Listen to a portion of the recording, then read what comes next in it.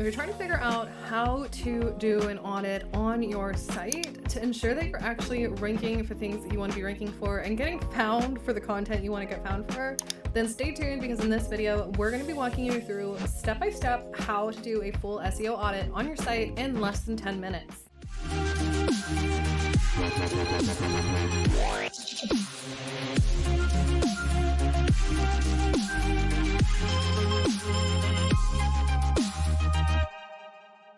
Hey, if you're new here, my name's Soph. I am the owner of the SaaS and SEO channel, and in today's video, we're diving into how to do an SEO audit. So in this tutorial, there's one tool you're gonna need that we are using. There's plenty of other free options, but my personal favorite is going to be with Ahrefs. Now, Ahrefs or Ahrefs, however you want to pronounce it, is a software that's been around for a long time. It does not have any affiliate campaigns, so anything linking to that is not an affiliate campaign. It does have a paid version, which is what we'll be using today for demo purposes, but you're more than welcome to use alternative options that you find are more cost effective for you. All right, I'm gonna go ahead and switch my screen here and we're gonna dive on in.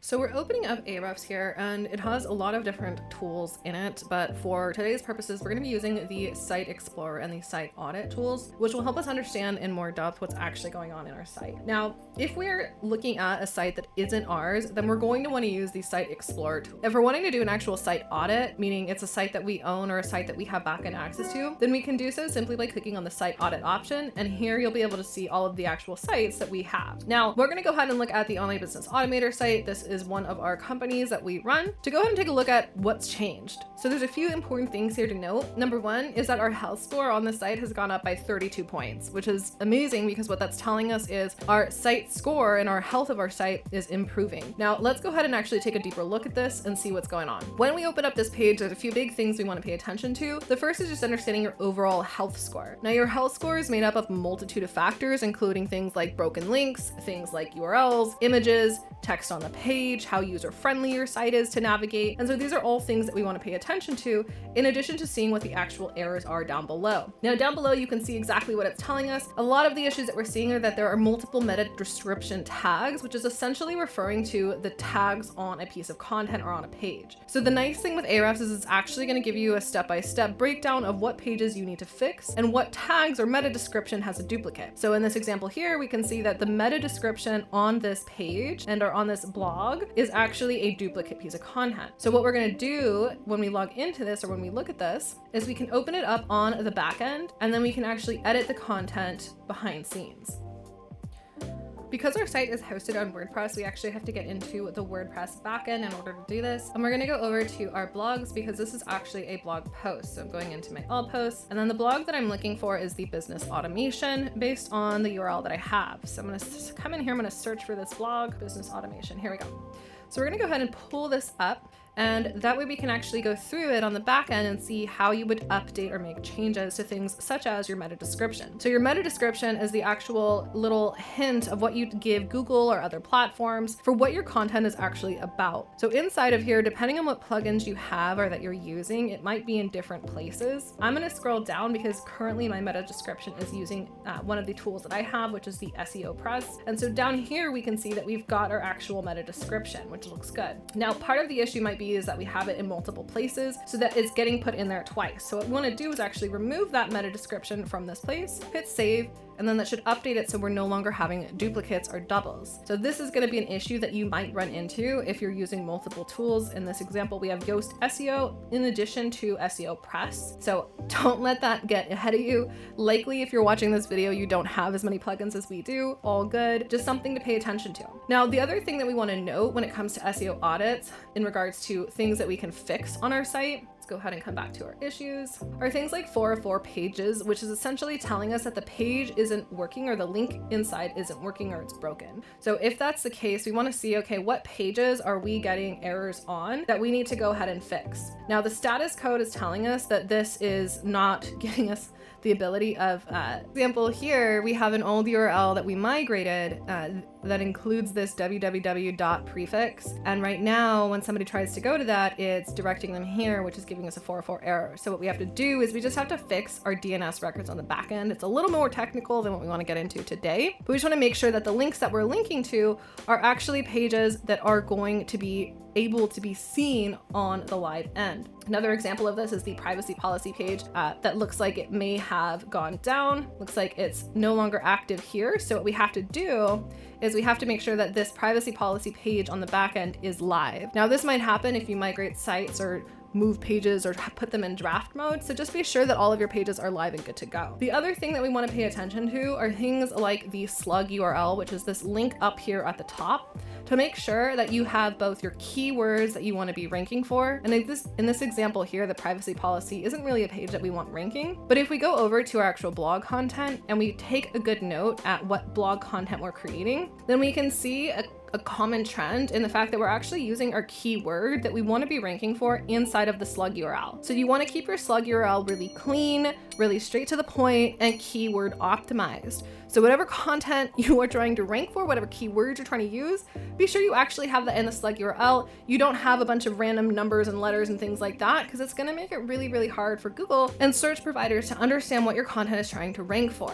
The next thing that we want to pay attention to in our content, and especially for on-page SEO, is how easy it is to actually read the content. Is your font a size that is easy to read? Are the buttons clickable? Does the page load correctly? And is it slow when it's loading? So these are all things we can use additional tools and plugins for to help improve page loading speed, as well as how easy and mobile friendly it is for users to view your content. So if we go back to our all issues button over here, you're going to notice there are a few more technical errors that we're seeing that aren't necessarily relevant to what we're going to cover in this video, but some important things to note are things like broken links, which can have a huge impact on your overall score and ranking. So with broken links, essentially what this is telling us is, hey, you have links on your page that are going to something that is no longer active or available, or link doesn't work. So there's a cool little tool that's actually free that you can use if you do have your site on WordPress. And that tool is called redirection, and are the ability to change links. So you can download it for free on WordPress.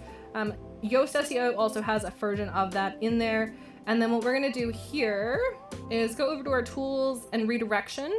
And what redirection allows us to do is it lets us come in here and we can see any of the links that we have broken that we need to fix. So we can see the 301 error, and then we can check the redirect to make sure that this is going to be working properly moving forward. So we want to see, okay, great, all my broken links are getting fixed so that we're not having any issues when there are broken links on our site. Now there is another plugin that you can use to just check broken links in general that makes it easy to fix them.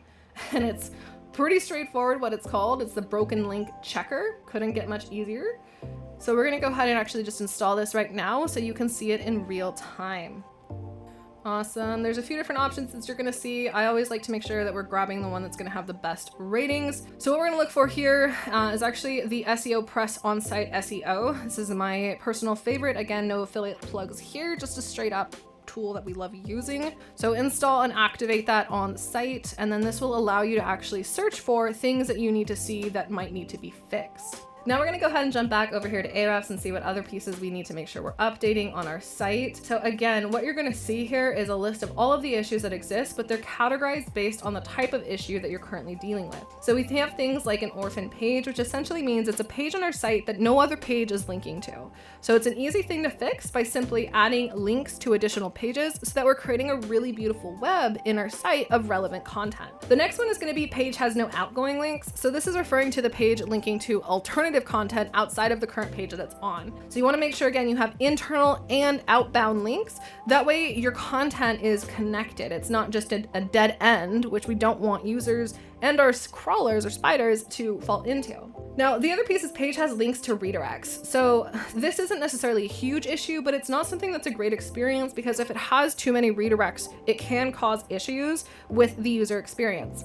So when you do have redirects, it's best to actually go through and clean up any links that are redirects and just link the actual page that you're redirecting to instead of having it be a redirect. Down below, we have some other things as far as like a broken redirect. So this means that the page that we are trying to redirect to doesn't actually work. So again, a simple fix, just fix your links. That's going to make a huge, huge difference. And then down below in the content section, this is where we actually get into the on-page SEO.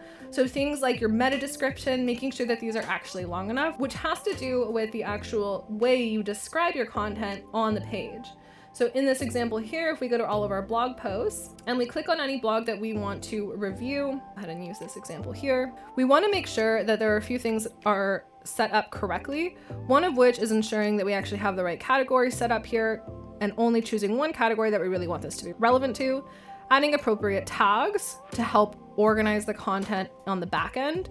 There isn't a huge difference, in my opinion, between tags and categories. They're essentially the same thing. But what we want to also look at is our SEO metadata description actually appropriate for what we're wanting to create content for? In this example here, it's telling us that this content may be too short. So we want to make sure that we're actually writing it out. So Google and any other search engines have the ability to better understand and categorize our content on the search engine results page, aka the first page of Google. The next one we see here is low word count, which basically means that there's not a whole lot of content on the page.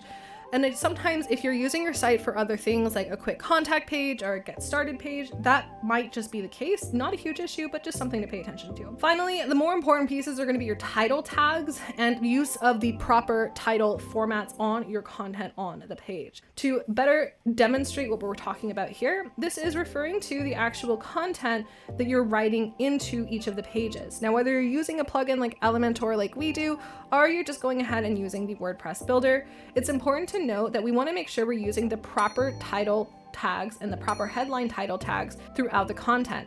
So you should only always have one H1 heading, which will be the title of the page, which should have the keywords in the content.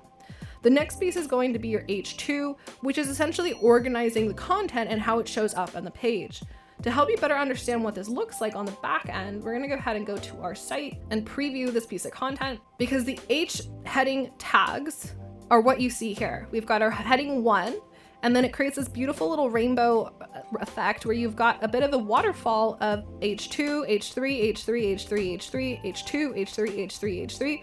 So it helps us to organize the content on the page, as well as helping the bots, crawlers, however you want to refer to them, understand your content and better categorize and organize it.